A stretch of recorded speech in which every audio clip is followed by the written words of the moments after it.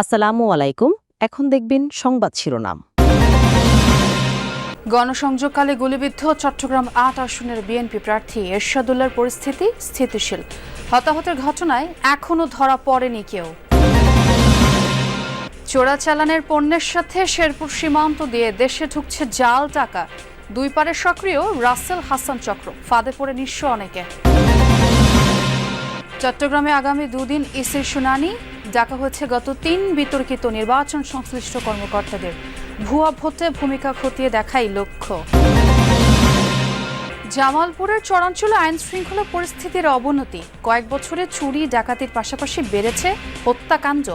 Police ফাঁড়ি স্থাপনের দাবি। চলন বিলের ভাসমান স্কুল সুবিধাবঞ্চিতদের দোরগোড়ায় পৌঁছে দিচ্ছে শিক্ষার আলো। মিলছে স্বাস্থ্য সেবাও। অভিনব পন্থায় বিশ্বমণ্ডলে সারা।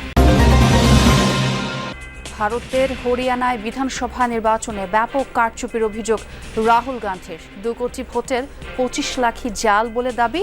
বানোয়াট বলছে কেন্দ্রের ক্ষমতাসীনরা।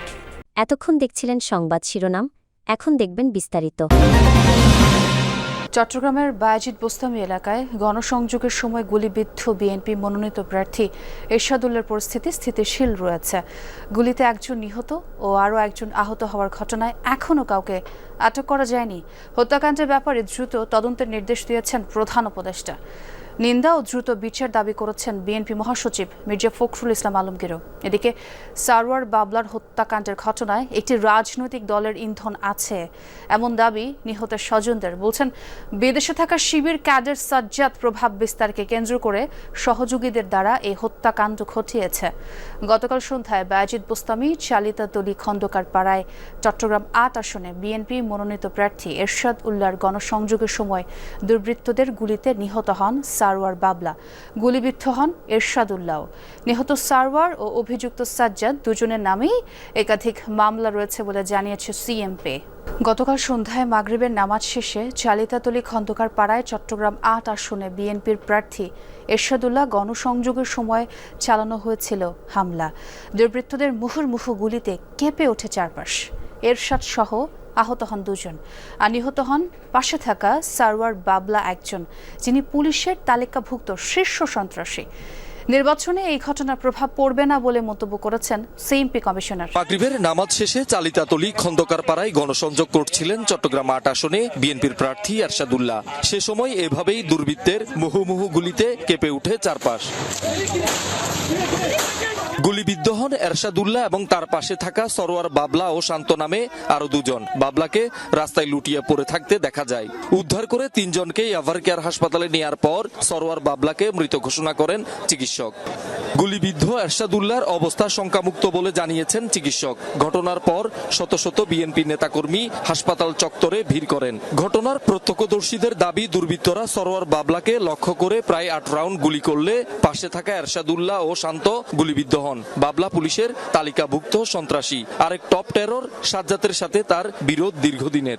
পূর্ব মসজিদে নামাজ পড়ছে, নামাজ পড়ে যখন ওনারা মানুষ জনসংখ্যা করতেছে, মানুষ আসতেছে, ওই মুহূর্তে ফায়ার করতেছে।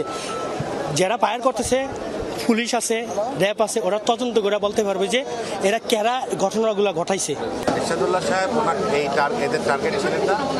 টার্গেট যে ছিল সে মারা গিয়েছে সরোয়ার বাবলার ক্রিমিনাল রেকর্ড ছিল, তারও ক্রিমিনাল হিস্ট্রি ছিল, আর যারা করেছে তাদেরও এরা প্রতিপক্ষ ছিল। সীমান্ত দিয়ে দেশে ঢুকছে জাল টাকা। দেখতে অবিকল আসল টাকার মতোই, হাতে ধরেও বোঝা যায় না।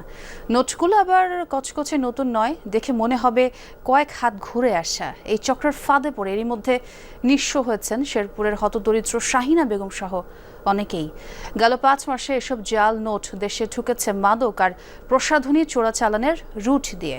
তাই বাংলাদেশ ব্যাংকের নির্দেশনা, সীমান্ত এলাকায় যেন বড় নোটের নগদ লেনদেন না করা হয়। শেরপুর জেলার ঝিনাইগাতি ও নালিতাবাড়ি সীমান্ত দিয়ে ঢুকছে চোরাচালান, সঙ্গে বাংলাদেশি টাকার জাল নোট। হাতে আসা তথ্য উপাত্ত খতিয়ে দেখা দরকার সরেজমিন, কতটা সত্য আর কতটা বাহুল্য। রহস্য ভেদ করতে খুঁজে বের করতে হবে ২ জনকে, একজন রাসেল, অন্যজন হাসান। ধরাছোঁয়ার বাইরেই থাকতে অভ্যস্ত তারা। অনেক চেষ্টা তদবিরের পর হাসানের সঙ্গে যোগাযোগ স্থাপন হলো হোয়াটসঅ্যাপে। পরিচয় গোপন করে জাল টাকার ক্রেতা আমরা। যে টাকাটা তৈরি হয় ইন্ডিয়ায়, ওই মালটা যদি নিতে চান তাহলে 36,000 টাকা করে লাগে পড়বে। এটা আমাদের এখন লং টাইম আমাদের কাছে পাবে, অল টাইম। যতদিন না ধরা পড়ে মানে ইন্ডিয়ান লোক, কতদিন আপনি পাইতে থাকবেন। ইন্ডিয়ানরা আপনি ব্যাংক পর্যন্ত চালাতে পারবেন, ব্যাংকের বাপের ক্ষমতা নাই যে ধরার মতো।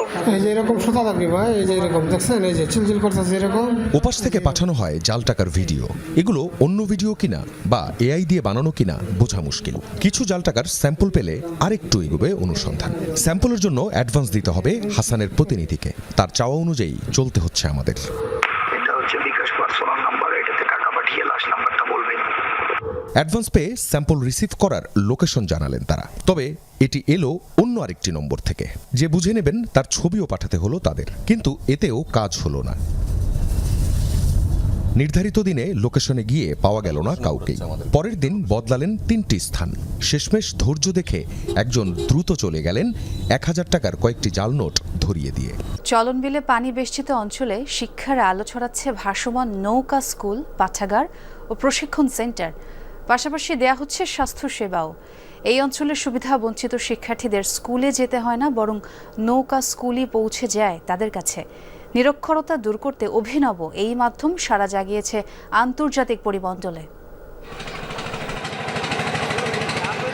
পানিতে ভেসে বেড়াচ্ছে আস্ত এক পাঠশালা। চলন বিলের মানুষের কাছে নৌকা স্কুল নামে পরিচিত। চলনবিল অধ্যুষিত পাবনার চাটমোহর, ভাঙ্গুড়া, ফরিদপুর উপজেলার নদ নদীতে চোখে পড়বে ব্যতিক্রমী এই নৌকাগুলো। এ অঞ্চলের শতাধিক গ্রামের মানুষ বছরের প্রায় 6 মাস থাকে পানিবন্দী। বাধাগ্রস্ত হয় শিক্ষাসহ অন্যান্য প্রাতিষ্ঠানিক কার্যক্রম। প্রতিকূল পরিবেশেও শিশুরা যেন শিক্ষা বঞ্চিত না হয় সেজন্য চালু করা হয়েছে নৌকা স্কুল। আমাদের নৌকা স্কুল আসবে জন্য আমরা এখানে অপেক্ষা করছি। ভারতের রাজনীতিতে এবার আলোচনায় ব্রাজিলের এক মডেল। বিরোধী দলীয় নেতা রাহুল গান্ধীর অভিযোগ, হরিয়ানায় ওই নারীর ছবি ব্যবহার করে বিভিন্ন নামে অন্তত 22টি ভুয়া ভোটার আইডি বানানো হয়েছে।